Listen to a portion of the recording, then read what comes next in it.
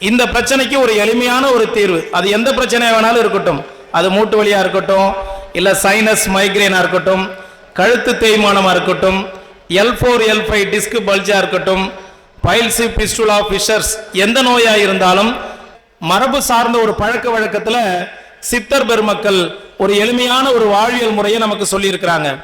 அந்த வாழ்வியல் முறையை நம்ம கடைபிடிச்சா போதும், நம்மள உடம்புல இருக்கிற எல்லா நோயும் ஓடி போயிடும். அது எந்த நோய் வேணாலும் இருக்கட்டும். ஆங்கில மருத்துவம் எத்தனையோ பெயர்களை வைக்குது. நம்மளுடைய சித்த மருத்துவம் நோய்களை 4448 வகைப்படுத்துது. இந்த தென்னையும் வாழையும் தெய்வீக மரம், கற்பக விருட்சம்னு பேரு. தமிழர்களுடைய வாழ்வியல் முறையில அப்படி ஒரு எளிமையான ஒரு முறை ஒன்று வச்சிருக்கிறாங்க. அந்த உணவை கடவுளாவே வணங்குறாங்க.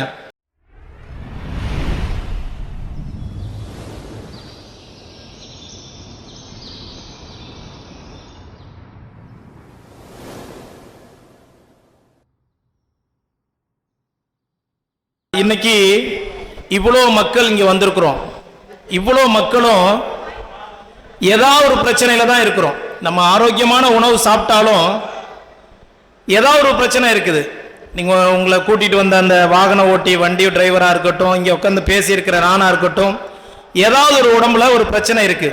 இந்த பிரச்சனைக்கு ஒரு எளிமையான ஒரு தீர்வு. அது எந்த பிரச்சனையா வேணாலும் இருக்கட்டும், அது மூட்டு வலியா இருக்கட்டும், இல்ல சைனஸ் மைக்ரேனா இருக்கட்டும், கழுத்து தேய்மானமா இருக்கட்டும், L4 L5 டிஸ்க் பல்ஜா இருக்கட்டும், பைல்ஸ் பிஸ்டுலா ஃபிஷர்ஸ், எந்த நோயா இருந்தாலும். இப்ப பேராசிரியர் பேசிட்டு போனாங்க இல்லைங்களா, நிறைய மரபு சார்ந்த உணவுகள்ல இருக்கக்கூடிய நன்மைகள்லாம் சொன்னாங்க.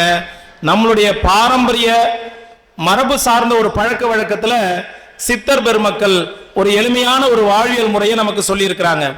அந்த வாழ்வியல் முறையை நம்ம கடைபிடிச்சா போதும், நம்மள உடம்புல இருக்கிற எல்லா நோயும் ஓடி போயிடும். அது எந்த நோய் வேணாலும் இருக்கட்டும். ஆங்கில மருத்துவம் எத்தனையோ பெயர்களை வைக்குது. நம்மளுடைய சித்த மருத்துவம் நோய்களை 4448 வகைப்படுத்துது. அப்படி எந்த நோய்க்கு என்ன பேர் வச்சாலும் தீர்வு ஒண்ணுதான். ஒரே ஒரு எளிமையான ஒரு தீர்வு ஒன்று இருக்கு. எல்லா வேதங்கள்லயும் சொல்லப்பட்ட ஒரு மரம் இருக்கு. அந்த மரத்துக்கு பேரு கற்பக விருட்சம்னு பேரு. அந்த கற்பக விருட்சத்தினுடைய பழத்தை சாப்பிட்டா சரியா போயிடும். அப்படி நம்மளுடைய வாழ்வியல்ல, தமிழர்களுடைய வாழ்வியல் முறையில அப்படி ஒரு எளிமையான ஒரு முறை ஒன்று வச்சிருக்கிறாங்க. பாத்தீங்கன்னா அந்த உணவை கடவுளாவே வணங்குறாங்க. அந்த நீங்க பாத்தீங்கன்னா அந்த உணவு இல்லைன்னா அந்த படையிலே பூர்த்தி இல்லை. அந்த மாதிரி ஒரு உணவு ஒன்று இருக்குது. அந்த உணவை சாப்பிட்டோம்னா சரியா போயிடும். அப்படி ஒரு எளிமையான ஒரு தீர்வு இருக்கு. அந்த மரத்துக்கு பேரு தென்னை மரம்னு பேரு. இன்னொரு மரம் இருக்கு வாழை. இந்த தென்னையும் வாழையும் தெய்வீக மரம், கற்பக விருட்சம்னு பேரு. இதை நீங்க சாக்கடை ஓரத்தில் வச்சாலும் சரி, கடற்கரை ஓரத்தில் வச்சாலும் சரி, இது நமக்கு இன்னைக்கு இந்த ரிவர்ஸ் ஆஸ்மாசிஸ் ஒன்று கண்டுபிடிச்சிருக்கிறாங்க, RO சிஸ்டம். இன்னைக்கு தென்னை மரம் தான் அதோடைய அடிப்படையே. அந்த அளவுக்கு ஃபில்டர் பண்ணி கொடுக்குது. அதாவது நம்மளோட எல்லா நோய்க்கும் மூல காரணம் என்ன சொல்றாங்கன்னா, நம்ம ரத்தத்துக்குன்னு ஒரு pH வேல்யூ இருக்கு. அந்த pH வேல்யூ 7.4 இருக்கணும். மனித உடம்புல ரத்தத்துடைய அளவு 7.4 இருக்கணும். அந்த 7.4க்கு அதிகமா போச்சுன்னா ஆல்கலின், 7.4க்கு கீழே இருந்ததுன்னா ஆசிட். எல்லா நோய்க்கும் மூல காரணம் என்னன்னா, நம்ம ரத்தம் அமிலத்தன்மை அடைகிறது தான். அப்படி அமிலத்தன்மை அடைகிறதுனால இன்னைக்கு பார்த்தீங்கன்னா ஆர்த்ரைட்டிஸ்னு ஒன்று வருது, முடக்குவாதம். எல்லா ஜாயின்லையும் கவுட்டுன்னு சொல்லுவாங்க, வீக்கம் கண்டுடுது. யூரிக் ஆசிட் டெஸ்ட் எடுக்கிறாங்க, எடுத்து பார்த்துட்டு உங்களுக்கு யூரிக் ஆசிட் RA ஃபேக்டர் அதிகமா இருக்கு, உடனே நிறைய பெயின் கில்லர் ஸ்டீராய்டு மாத்திரைகள் போகுது. அதெல்லாம் ஒண்ணுமே தேவையில்லைங்க. எளிமையான தீர்வு இந்த தேங்காவும் வாழைப்பழமும். நம்மளுடைய தமிழ் மரபுல அது இல்லாம கிடையாது. அது பாத்தீங்கன்னா கும்பத்துல வச்சு அதை கடவுளா வணங்குறாங்க. இன்னைக்கு படையில பாத்தீங்கன்னா தேங்காய் வாழைப்பழம், நீங்க வடை பாயசம் வச்சு சாமிக்கு படைச்சாலும் தேங்காய் வாழைப்பழம் இல்லைன்னா அந்த படையல் பூர்த்தியே இல்லை. அந்த மாதிரி ஒரு தெய்வீக உணவை நம்மளுடைய மரபுல கொண்டாந்து சித்தர் பெருமக்கள் எப்படியாவது இந்த மக்களை சாப்பிட வைக்கணும். அப்படி சாப்பிடுறது மூலியமா நம்மளுடைய ரத்தத்துல, இதுக்கு பேர் சமைச்ச உணவுக்கு பேரு ஆசிட் ஃபுட், சமைக்காத உணவுக்கு பேர் ஆல்கலின் ஃபுட். எது ஆல்கலின் ஃபுட்னா தேங்காவும் வாழைப்பழமும் தெய்வீக உணவு, ஆல்கலின் ஃபுட். நம்ம தொடர்ந்து இதை காலை உணவா, நீங்க சக்கரை நோய் இருக்கலாம், எந்த நோய் இருந்தாலும் காலை உணவா ஒருவேளை மட்டும் இந்த தேங்காவையும் வாழைப்பழத்தையும் உணவா கொடுக்கலாம். சக்கரை நோயாளிகளுக்கு சீக்கிரம் சுகர் குறையும்.